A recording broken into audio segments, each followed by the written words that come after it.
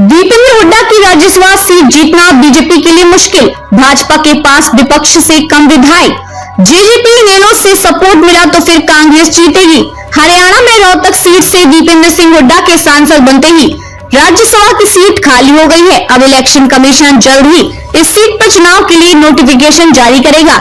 Seat खाली होने के 6 महीने के भीतर चुनाव कराने जरूरी होते हैं। हरियाणा में साल के लास्ट में अक्टूबर-नवंबर में विधानसभा चुनाव होने हैं, इसलिए आयोग उससे पहले ही इस सीट पर चुनाव कराएगा।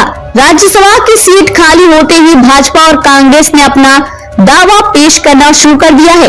मौजूदा दलीय स्थिति को देखते हुए भाजपा इस सीट पर प्रबल दावेदार मानी जा रही है, लेकिन यदि जेजेपी इनेलो का कांग्रेस को साथ मिल जाता है तो बीजेपी की मुश्किलें बढ़ सकती हैं। इसलिए सांसद बनते ही रिक्त हो गई सीट। कानूनी विश्लेषक हेमंत का कहना है कि लोक प्रतिनिधित्व अधिनियम आरपी एक्ट 1951 की धारा 69(2) के तहत यदि कोई व्यक्ति जो पहले से राज्यसभा का सदस्य है और वह लोकसभा का सदस्य निर्वाचित हो जाता है तो राज्यसभा में उस व्यक्ति की सीट सांसद चुने जाने की तारीख से ही खाली हो जाती है। इसलिए 4 जून से ही दीपेंद्र हुड्डा हरियाणा से राज्यसभा के सदस्य नहीं रहे।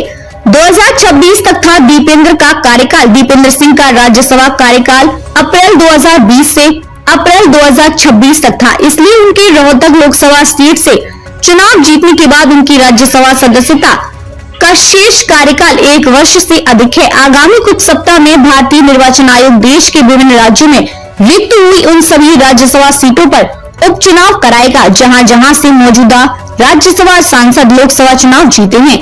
अभी सत्ता में भाजपा का दावा मजबूत होने की पहली वजह यह है कि वह अभी सत्ता में है। इसके साथ ही विधानसभा में 41 विधायकों के साथ सबसे बड़ा दल भी है। हलोपा और एक निर्दलीय विधायक का समर्थन मिलने के बाद अभी भाजपा के पास 43 विधायकों का समर्थन है। जजपा के बागी भी साथ भाजपा का राज्यसभा सीट पर दावेदार मजबूत होने की दूसरी बड़ी वजह यह है कि जजपा के बागी विधायकों का उन्हें भी साथ है। जजपा के 2 विधायक जोगी राम सिहाग और राम निवास सुरजा खेड़ा ऐसे हैं जो खुलेआम लोकसभा चुनाव में बीजेपी का समर्थन कर चुके हैं।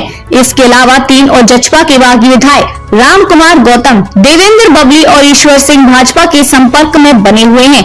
अभी जजपा के पास 10 विधायक हैं। सेंधमारी कर सकती है भाजपा, दूसरे दलों में बीजेपी सेंधमारी कर सकती है।